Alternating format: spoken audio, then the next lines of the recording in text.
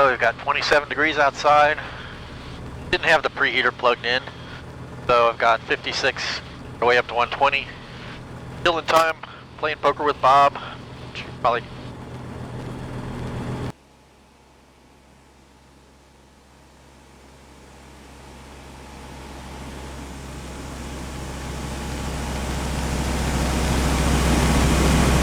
Looks like I'm going to be kind of between layers here.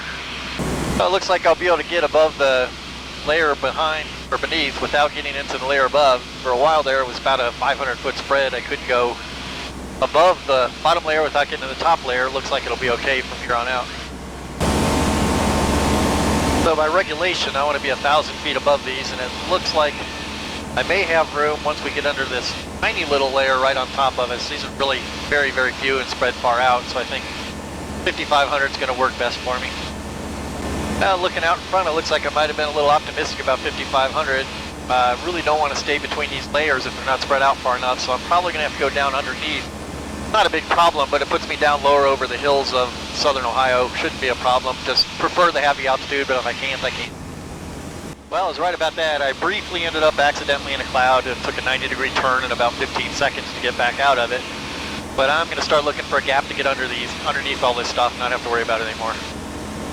There's a nice big gap. That one stretches for a few miles. I'll be able to, won't even have to circle. I can just drive down on through that and then get back on course.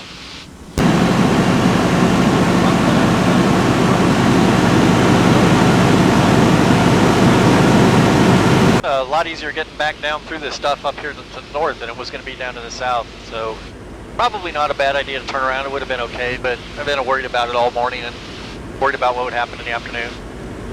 And I really don't want to be on top of clouds or anything with a rough running engine. It's probably just one plug on one cylinder, but it's just not worth it.